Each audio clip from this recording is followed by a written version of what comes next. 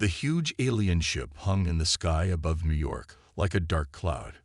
It had been 3 days since the visitors from the stars had arrived, and the whole world was still in shock. Commander Jack Wilson stood tall in his blue uniform despite the fear in his stomach. As Earth's chosen speaker, he waited in the grand UN hall with 50 world leaders. The air felt heavy and cold. "They are coming," said a young aide, her voice shaking. The doors opened, and the aliens walked in. They looked almost human, but their skin had a blue glow and their eyes were too large. 5 of them entered, moving with a grace that seemed unnatural. The one in front, taller than the others, was called High Judge Torin of the Astral People. "People of Earth," Torin said, his voice somehow inside everyone's heads. "The conclave has reached its decision." Jack stepped forward. "We hope you've seen that humans are ready to join your galactic community. We have much to offer." Torin raised a 6-fingered hand. Silence. The room grew quiet. Outside, crowds watched on giant screens, hoping for good news. "Earth is declared a contaminated world," Torin announced. "Your history shows too much violence. Your treatment of your planet shows carelessness. Your cultural patterns show instability." Gasps filled the room. The Chinese president stood up. "This is unfair. You judge us by our past, not who we are now or who we can become." Torin's large eyes blinked slowly. "The conclave has studied 1,000 years of your history. The pattern is clear. You are a danger to yourselves and would be a danger to the galaxy." Jack moved closer. "Please, give us a chance to prove." "The judgment is final," Torin cut in. "Earth and all your solar system colonies are now under quarantine. You may not expand beyond your current reach. Any attempt to do so will result in enforcement action." The room erupted in angry shouts. Jack felt his heart sink. Humanity had dreamed of the stars for so long, and now, just as they were beginning to reach them, the door was being slammed shut. The Russian president banged his fist on the table.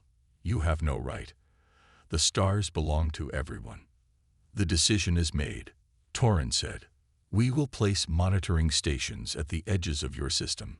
Be grateful we allow you to keep your current colonies on Mars and Europa."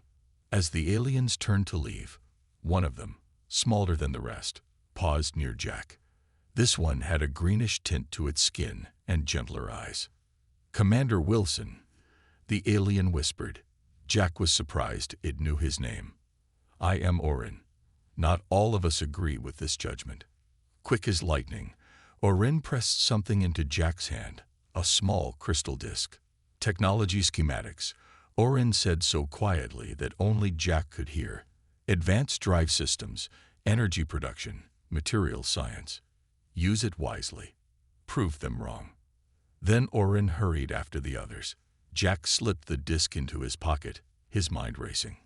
Outside, riots had already started. People who had hoped for a new age of cosmic friendship now faced cosmic rejection. That night, as the alien ship left Earth's orbit, Jack sat alone in his apartment looking at the crystal disc. It glowed with strange symbols that somehow his mind could understand. "They think they've ended our journey to the stars," he said to himself, "but they've only changed how we'll get there." He picked up his phone and called the one person he trusted completely. "Kate, it's Dad. I need you to gather the Phoenix team. Yes, now. We have work to do." Outside his window, the stars shone cold and distant. But Jack knew humans would reach them, no matter what the conclave had decided. The judgment day had come, but it wouldn't be humanity's last. 20 years had passed since the conclave's judgment. Earth was dying faster now. The oceans were rising, and the air in many cities was too dirty to breathe. But humanity had not given up. Deep under the old Rocky Mountains, Kate Wilson walked through a massive underground hangar. Huge ships, unlike any built before, filled the space. Workers moved everywhere, checking systems and loading supplies. Kate's hair was gray now, but her eyes still burned with her father's fire. As head of the Phoenix Initiative, she had spent 20 years building these ships in secret. Director Wilson, the final systems are ready, said her assistant Tom. All 50 ships report green status. Kate nodded. And the families? The last group is boarding now. 2 million people in total, just as planned. Kate touched the small crystal pendant around her neck, a piece of Orin's gift to her father. That alien technology had given humanity hope, though most people never knew it existed. What about the other sites? She asked. Tom checked his tablet. All reporting ready. China has 40 ships. Russia 35. The European Union 42. Brazil 28. All with similar passenger counts. Kate closed her eyes for a moment. Nearly 30 million people in total would leave on these ships. It wasn't enough to save everyone, but it was enough to save humanity. Suddenly, alarms blared throughout the facility. What's happening? Kate demanded. Tom's face went pale as he read his screen. Conclave ships, a whole fleet.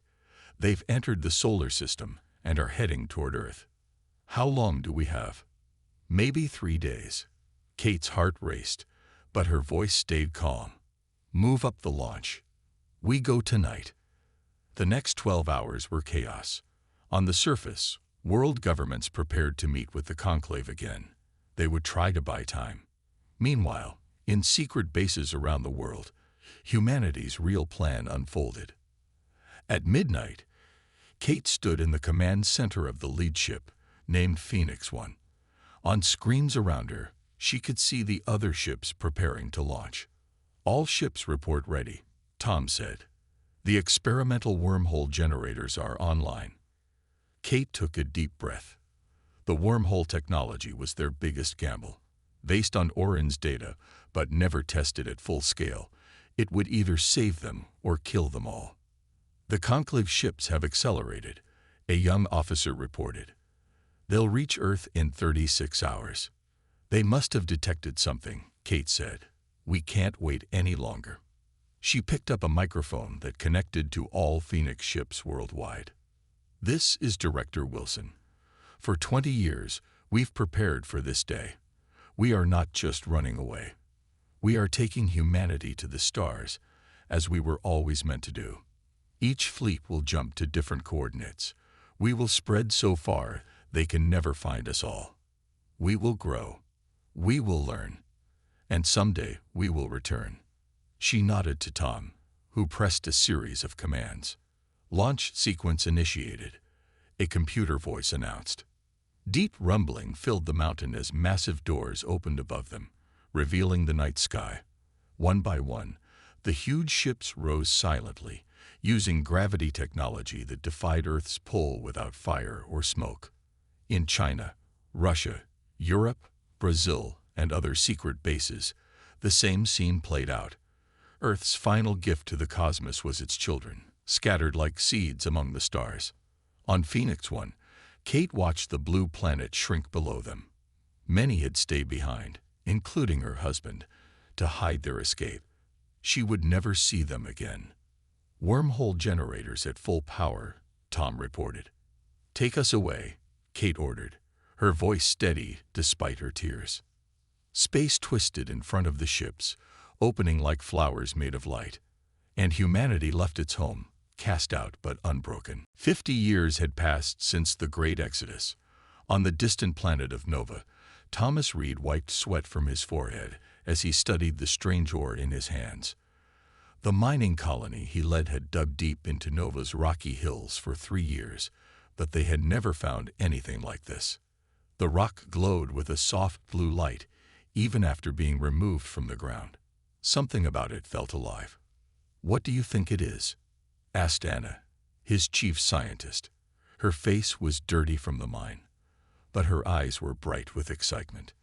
Thomas shook his head. I don't know, but it's not on any chart from Earth or in any conclave database we downloaded before leaving. Nova was one of hundreds of human colonies now spread across the outer arms of the galaxy. The Exodus ships had traveled for years before finding suitable worlds, always choosing planets that the conclave had overlooked or considered worthless. Here on the edges of known space, humanity had slowly rebuilt. Let's get it to the lab, Thomas said. That night, Thomas couldn't sleep. The colony of 10,000 people lived in simple homes built into the side of a mountain. Through his window, he could see 3 moons hanging in the sky. This world was nothing like Earth, but it was home now. His comm unit buzzed. "Thomas, you need to come to the lab right now." Anna's voice was shaking with excitement. When he arrived, Anna and 3 other scientists were staring at screens filled with data. "What is it?" he asked. Anna pointed to the glowing rock, now inside a clear container. "We're calling it terralium. It doesn't match any known element. But that's not the amazing part." She brought up a new image on the screen. "This is what happens when human blood comes near it." The image showed cells changing, growing stronger, but not in a bad way. They seemed more organized, more efficient. "I pricked my finger and put a drop of blood near it," Anna explained. "The changes were instant. But here's the strange part. We tried the same test with our lab animals. Nothing happened. It only reacts with human biology." Thomas felt a chill run down his spine. "What does it do to humans?" "From our initial tests, enhanced healing, improved brain function, better disease resistance." Anna looked at him with wide eyes. "This could change everything for us." Over the next month, carefully controlled tests confirmed their findings. Terralium could be refined into a safe supplement that made humans stronger, smarter, and healthier. But it had to be handled carefully. Too much exposure caused problems. In a secure meeting room, Thomas faced the colony's council. "We've confirmed that terralium only works with human biology. No other species would benefit from it." "How is that possible?" asked an older council member. "We don't know," Thomas admitted. "Maybe it's just a strange coincidence of chemistry. Or maybe—" "Maybe what?" someone asked. "Maybe we were meant to find it." Thomas took a deep breath. "But that doesn't matter now. What matters is what we do with it." The council debated for hours. Some wanted to tell other human colonies immediately. Others worried about security. "If the conclave learns about this, they might hunt us down," one woman argued. "They already feared what humans might become. This would confirm their worst fears." In the end, Thomas made the decision. "We'll share this with other human colonies, but in absolute secrecy. Terralium could help us survive out here on the frontier, but if used wrongly, it could make us targets." As the meeting ended, Thomas walked outside and looked up at the stars. Somewhere out there, other humans were fighting to survive on other worlds. And somewhere else, the conclave continued without them, never knowing that the humans they cast out had found something that might one day change the balance of power in the galaxy.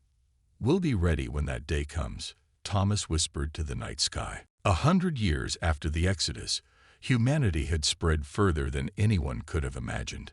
Hundreds of worlds across the galaxy now held human colonies, all hidden from the conclave's watching eyes. Mary Chen stood in the command center of Station Unity, a hidden space station built inside a hollow asteroid. Around her, screens showed the status of the Shadow Network, a communication system she had created using quantum technology.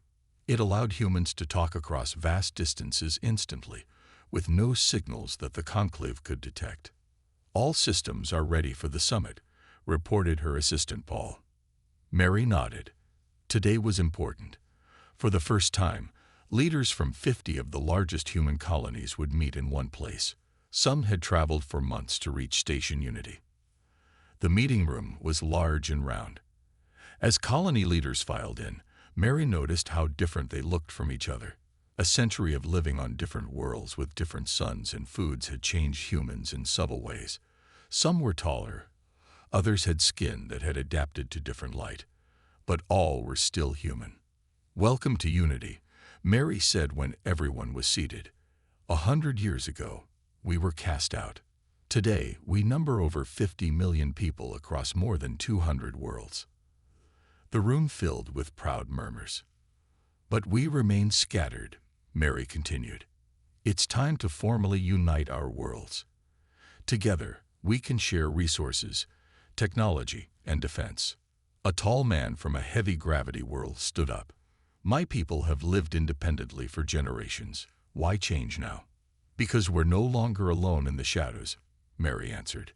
3 colony worlds have reported strange ships passing near their systems. Not conclave ships, something else. This caused concern. The room grew loud with worried voices. Suddenly, all screens in the room flashed red. An emergency signal. Mary rushed to a console. Report. A breathless voice came over the speakers. Research Station Horizon is under attack. Unknown ships, at least 5 of them. They're not conclave.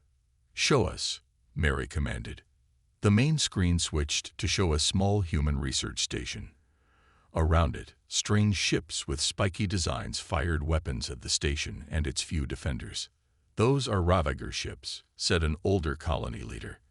They're pirates who attack conclave outposts in the outer systems. They must have found our station by accident. Horizon has only 50 people and minimal defenses, Mary said. They won't last long. Another alert sounded. Mary checked it and looked up in surprise. A conclave outpost is in the same system. The Ravagers hit it first and are now attacking our station.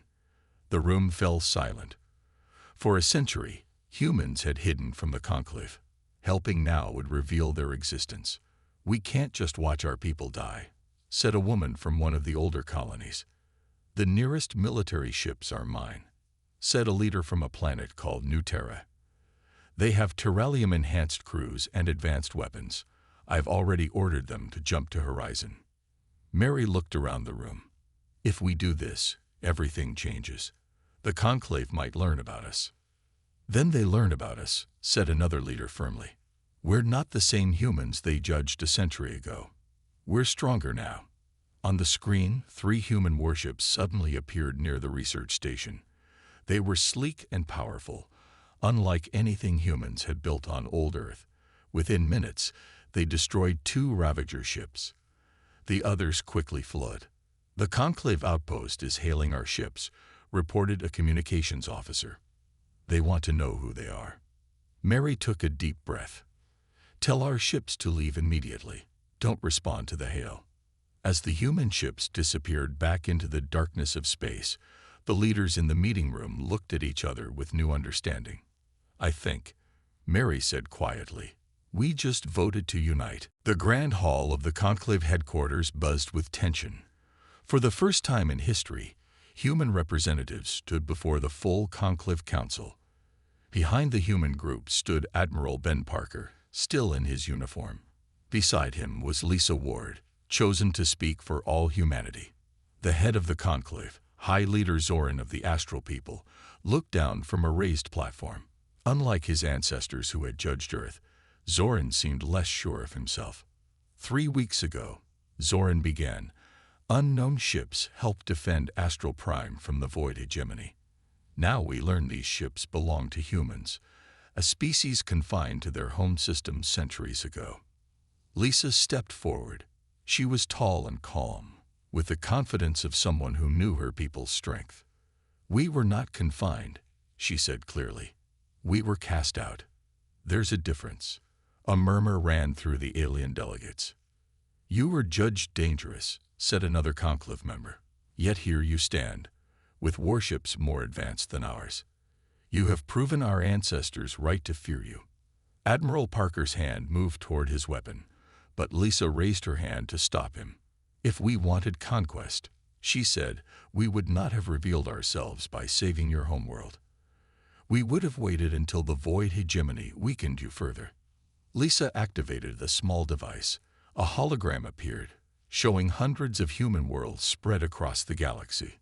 For 200 years, we've built a civilization in the spaces you ignored. We number over 3 billion now, on more than 1,000 worlds.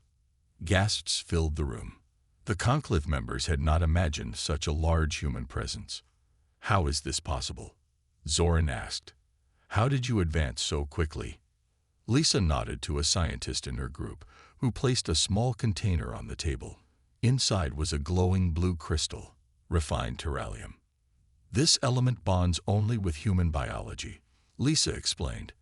It enhances our minds, extends our lives, and strengthens our bodies.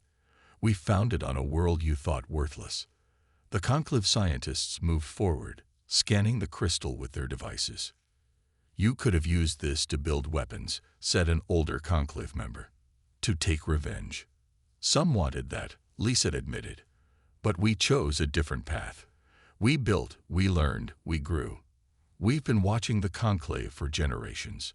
You're not perfect, but you're not evil either. Lisa's eyes met Zoran's. You judged us by what humanity was, not what we could become. We've had 2 centuries to become something new. Zoran was silent for a long moment. Why reveal yourselves now? Because the void hegemony will destroy us all if we don't stand together, Admiral Parker spoke up.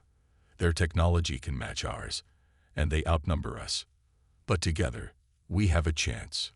The debate lasted for days. Some Conclave members wanted to reject any alliance with humans. Others recognized the threat was too great to face alone. In the end, it was the astral scientist who made the difference. After studying the terralium, she addressed the council. This element, she said, seems to have been engineered. Its perfect match to human biology cannot be natural. The room fell silent. What are you suggesting? Zoran asked. I'm suggesting, she said carefully, that perhaps humans were meant to find it. Perhaps they were meant to return. On the final day, Lisa presented the human terms. Full recognition of human territory, equal standing in galactic affairs, and a joint command against the void hegemony. Zoran looked at the human delegation for a long time before speaking. 200 years ago, we cast you out, he said finally. Today, we ask you to return. Not as subjects, but as allies.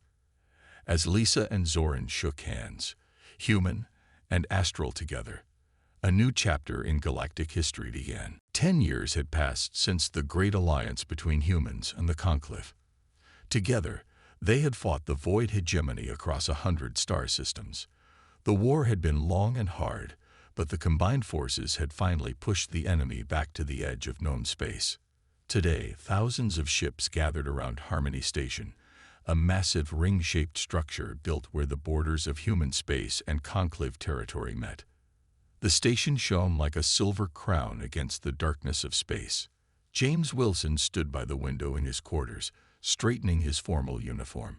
As a direct descendant of Commander Jack Wilson from the original Judgment, it felt right that he would be here today. In his pocket was a small piece of the crystal that Orin had given his ancestor more than 2 centuries ago. It's time, High Counselor, said his assistant. James nodded and followed her to the Grand Chamber. The room was filled with representatives from every major species in the galaxy. In the front row sat the human delegation, governors from major colony worlds, military leaders, and scientists. At exactly noon, James stepped onto the central platform. Beside him stood Taylor, the new astral leader of the Conclave. 230 years ago, James began. Humanity was judged unworthy to join the galactic community. We were cast out, quarantined, and left to die on our dying world. He paused, looking around the room. But that judgment became our salvation. It forced us to be stronger, smarter, and more united than we had ever been. It led us to discover terralium and build a civilization that spans more stars than we can count. Tella stepped forward. And 10 years ago, when the void hegemony threatened to destroy us all, humanity returned, not for revenge, but to help those who had once rejected them. A screen behind them lit up, showing a map of the galaxy. Nearly a third of it glowed blue, marking human territory. It was the largest unified region in known space. Today, Tella announced, the Conclave officially lifts the quarantine of Earth and all human worlds. From this day forward, humans will be full and equal members of the galactic community. The chamber erupted in applause. James felt his throat tighten with emotion. His family had worked for this moment across 3 generations. When the room quieted, James spoke again. We were cast out, but that exile became our strength. We rule not through conquest, but through perseverance. The stars are not ours to own, but ours to protect. He held up a document, the new Galactic Charter. This charter creates the Galactic Concord, with humans and all conclave species as equal partners. As James and Tella signed the charter, a young aide rushed into the chamber. She whispered something to James's assistant, who quickly came to the platform. "High Counselor," she said softly, "we've received a transmission from Earth." The room went silent. Old Earth had been mostly abandoned after the Exodus. Only a small population had remained, living under conclave restrictions. James nodded, and the main screen changed to show the face of an older woman.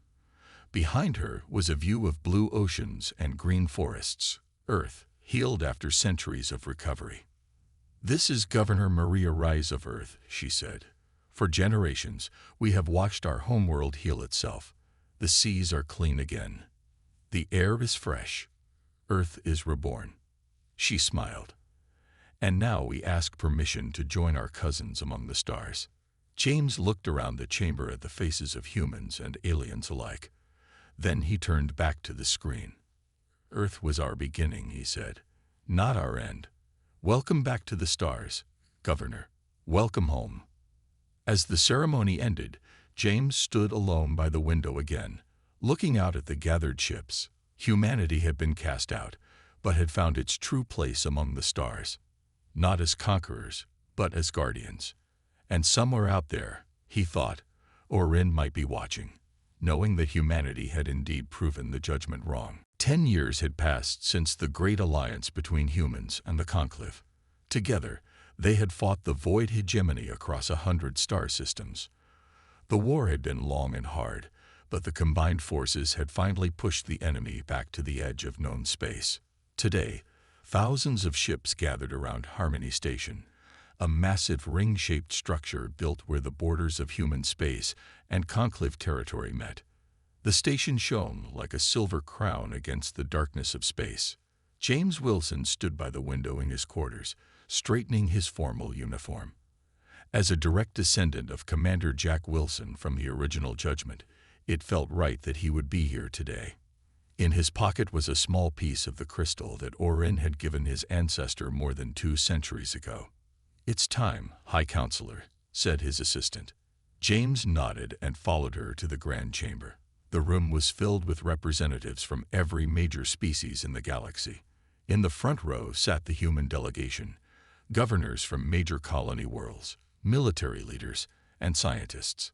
At exactly noon, James stepped onto the central platform. Beside him stood Tela, the new astral leader of the Conclave. 230 years ago, James began, humanity was judged unworthy to join the galactic community. We were cast out, quarantined, and left to die on our dying world. He paused, looking around the room. But that judgment became our salvation. It forced us to be stronger, smarter, and more united than we had ever been. It led us to discover Terralium and build a civilization that spans more stars than we can count. Tella stepped forward. And 10 years ago, when the void hegemony threatened to destroy us all, humanity returned, not for revenge, but to help those who had once rejected them. A screen behind them lit up, showing a map of the galaxy. Nearly a third of it glowed blue, marking human territory. It was the largest unified region in known space. Today, Tella announced, the Conclave officially lifts the quarantine of Earth and all human worlds.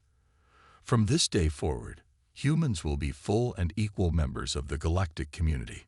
The chamber erupted in applause. James felt his throat tighten with emotion. His family had worked for this moment across 3 generations. When the room quieted, James spoke again. "We were cast out, but that exile became our strength. We rule not through conquest, but through perseverance. The stars are not ours to own, but ours to protect." He held up a document, the new Galactic Charter. This charter creates the Galactic Concord, with humans and all conclave species as equal partners. As James and Tella signed the charter, a young aide rushed into the chamber. She whispered something to James's assistant, who quickly came to the platform. "High Counselor," she said softly, "we've received a transmission from Earth." The room went silent. Old Earth had been mostly abandoned after the Exodus. Only a small population had remained, living under conclave restrictions. James nodded, and the main screen changed to show the face of an older woman. Behind her was a view of blue oceans and green forests. Earth, healed after centuries of recovery. "This is Governor Maria Rise of Earth," she said. "For generations, we have watched our homeworld heal itself. The seas are clean again. The air is fresh. Earth is reborn." She smiled. "And now we ask permission to join our cousins among the stars." James looked around the chamber at the faces of humans and aliens alike. Then he turned back to the screen. "Earth was our beginning," he said, "not our end. Welcome back to the stars, Governor. Welcome home." As the ceremony ended, James stood alone by the window again, looking out at the gathered ships. Humanity had been cast out, but had found its true place among the stars. Not as conquerors, but as guardians. And somewhere out there, he thought, Orin might be watching, knowing that humanity had indeed proven the judgment wrong.